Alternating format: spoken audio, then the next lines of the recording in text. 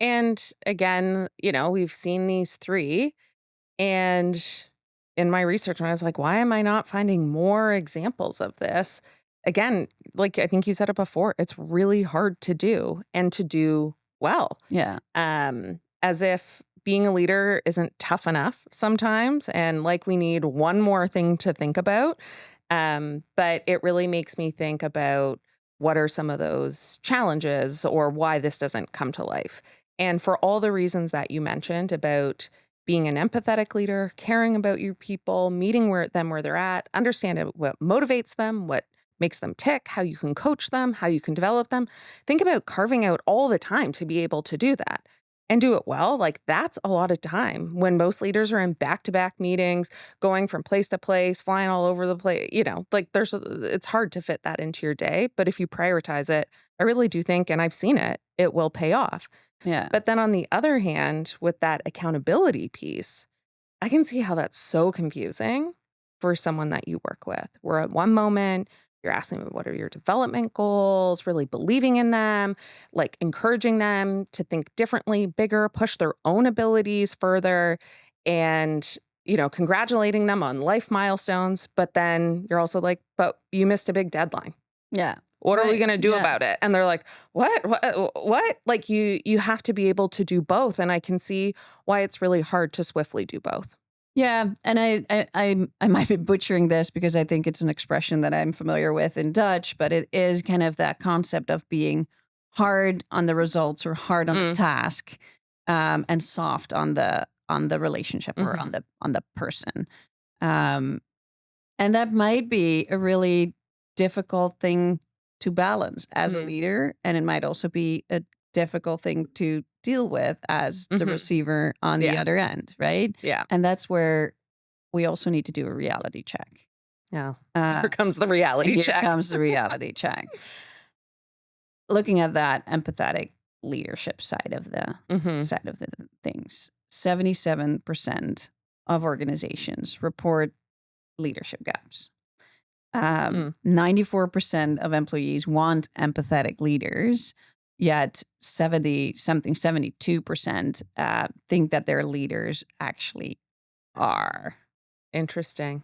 So that's a massive like perception Mm, gap, right? And I also have to always chuckle about kind of just seeing these isolated results of like 92% of people yeah, want an empathetic leader. Yeah, yeah, duh. Who doesn't yeah. want an empathetic I leader? Do want you want one an that yells asshole at me for a and is boss? mean Yeah. mean to me. So, Doesn't but care. I trust, and I've read the research. It's obviously in a bit more context, but it does beg the question around what people want and Mhm, what their preferred style is yeah, versus what they need, yeah, right? Like in a moment of crisis, would you want your leader to be very empathetic mm, and engage you in everything and calm you yeah, down?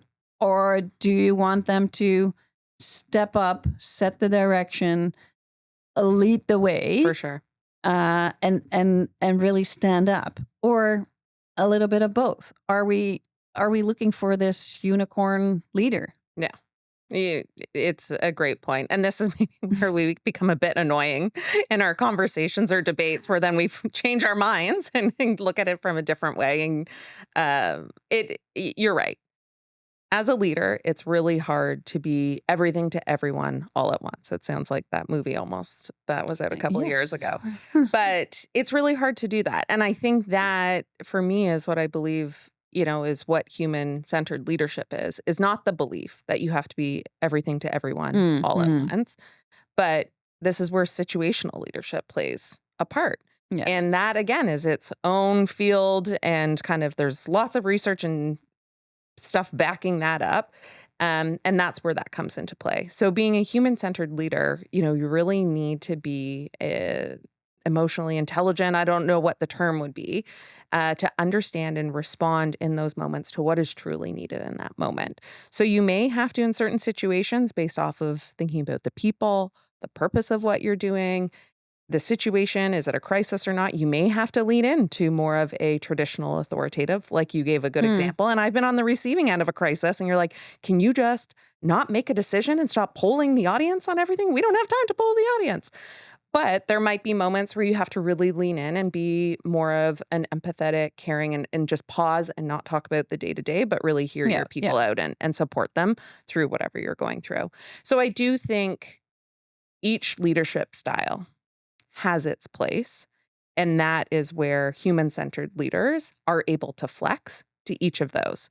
Again, probably easier said than done, but pulling up my buddy Paul, because we're on a first name basis, another thing he says a lot is leadership is not about power. It's not about you. The moment you Mm. realize it's not about you, but the people you're investing in and the purpose and the cause and what you're trying to achieve, that's when leadership thrives. It's about the impact, not the power. Yeah, that's interesting, and that's kind of the where ego comes in, Oh, right? Like, yeah. and I think people often look at ego as a four-letter word, 3 or or three. 3.